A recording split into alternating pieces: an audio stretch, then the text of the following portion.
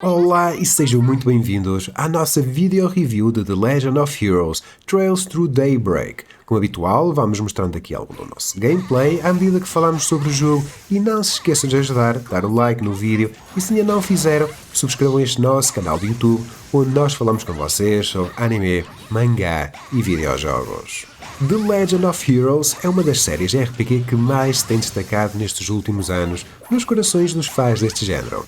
Uma das principais causas é o monumental trabalho da NIS America, que incansavelmente localizou jogos com guiões monumentais a um ritmo sobre-humano. Num espaço de 3 anos, não só conseguiu finalmente ultrapassar a barreira do tempo ao lançar no ocidente a duologia de Crossbell, como finalmente fechou o capítulo de Erobonia, e até nos fez chegar um spin-off que cada vez mais tem sido relevante para a série principal. Ou seja, no espaço de um par de anos, conseguimos também chegar à República de Calvard, onde vamos ser apresentados a novos locais e protagonistas. Vejamos então se ao longo desta breve análise, a nossa estadia na capital da tecnologia e da arte vai ser equiparada ao requinte dos anteriores jogos. Reddit, a capital da República de Calvard, é uma metrópole vibrante, repleta de pontos de interesse que recentemente recebeu um enorme surto de imigrantes de todos os cantos do continente de Zemuria.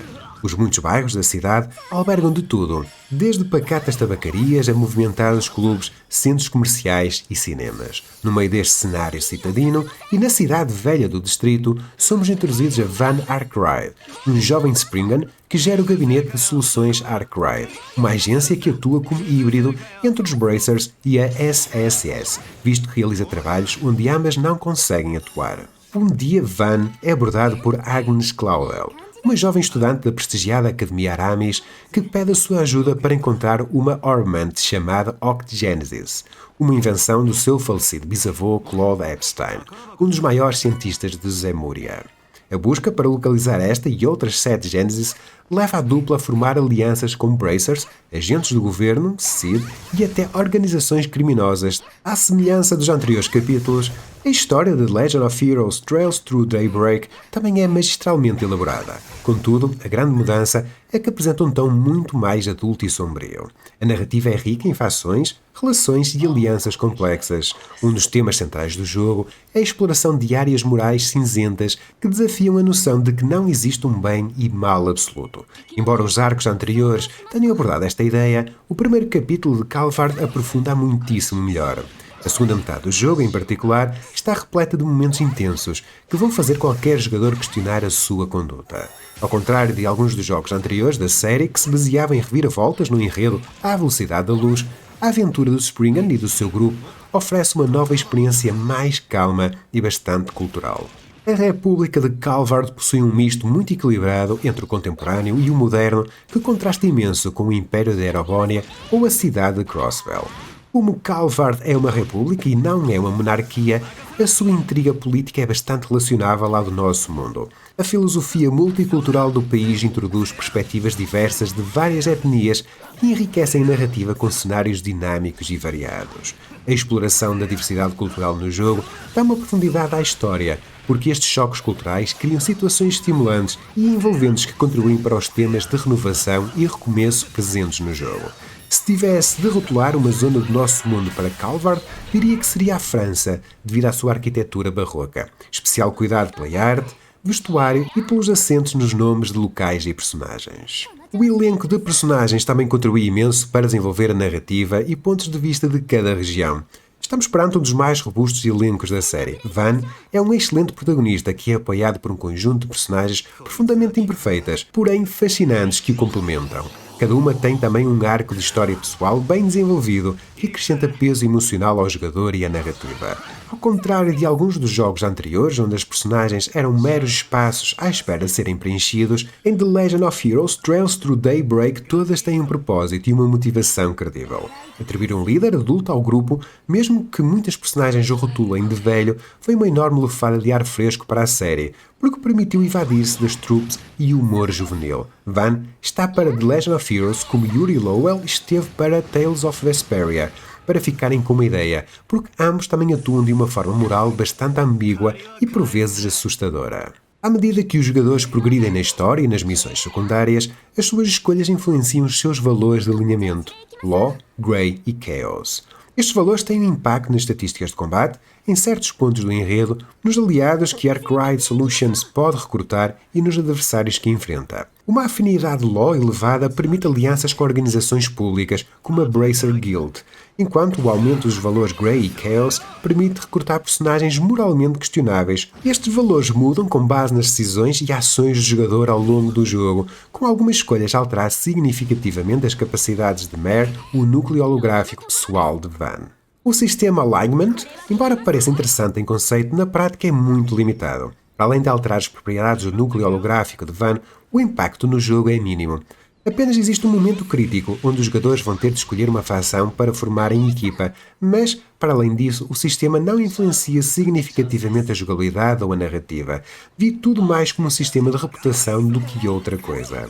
Como The Legend of Heroes Trails Through Daybreak é um novo jogo na série, também introduz uma evolução significativa no seu sistema de batalha. O mesmo incorpora um misto entre Action RPG e batalhas por turnos. Esta inovação permite transições suaves entre as Field Battles e as Command Battles, porque combina a ação frenética em tempo real com uma elevada camada de profundidade estratégica por turnos.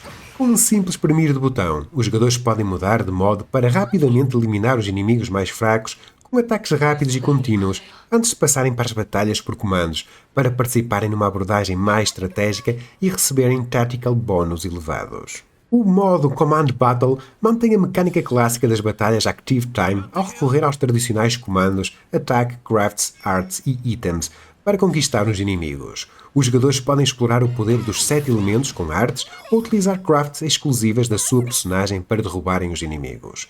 A utilização sábia destas capacidades pode até permitir aos jogadores derrotar inimigos significativamente mais fortes ao debilitá-los antes da batalha, porque um adversário em estádio stun, além de não poder atacar, também sofre dano adicional no terreno.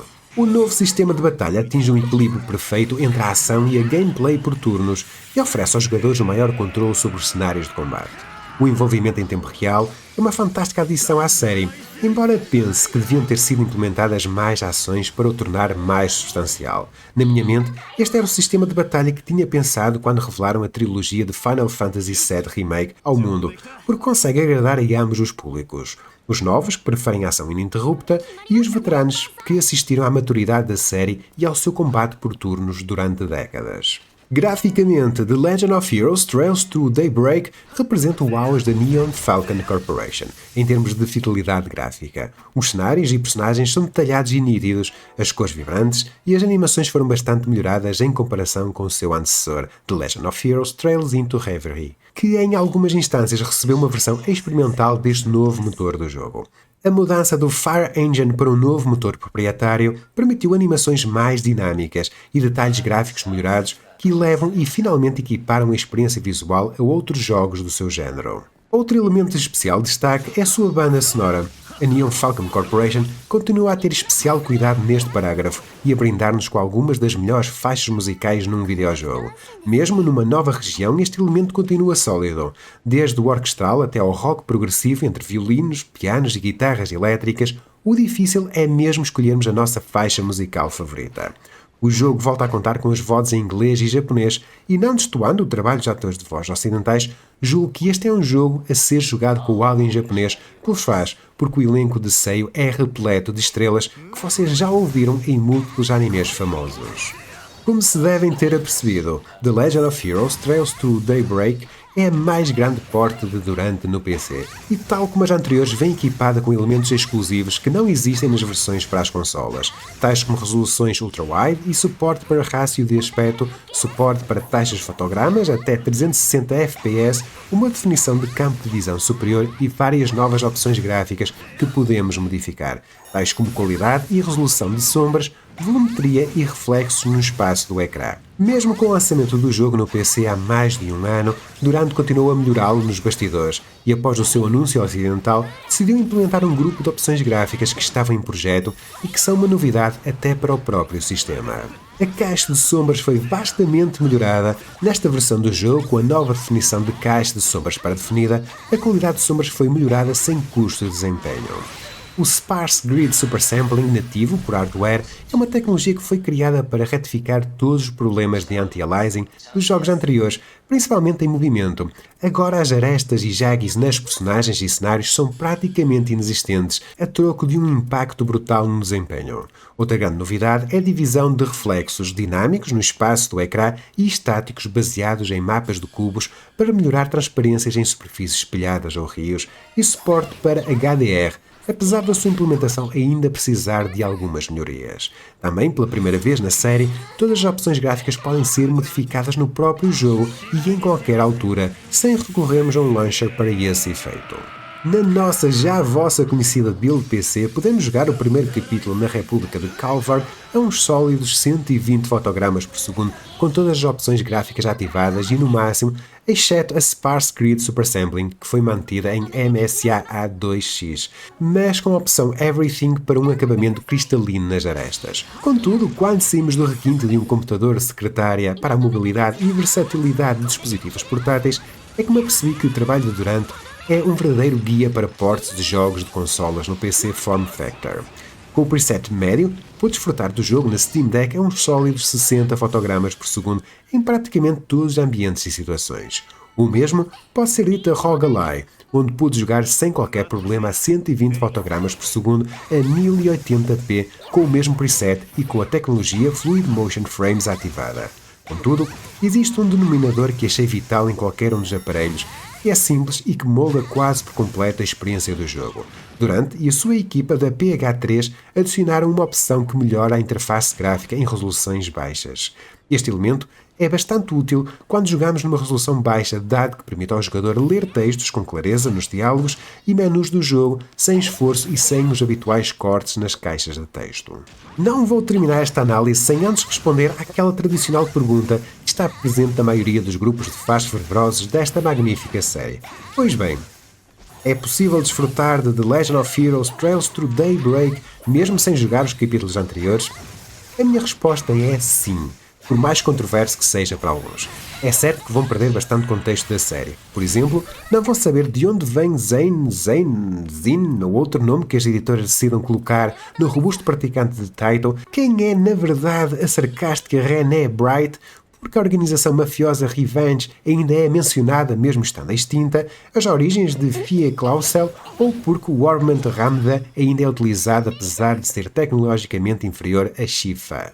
A Neon Falcon Corporation continua a fazer um excelente trabalho a agradar a novos e veteranos na sua série, e com este novo capítulo julgo que tudo o que os novos jogadores vão perder é o pano de fundo e contexto de personagens secundárias e alguns locais.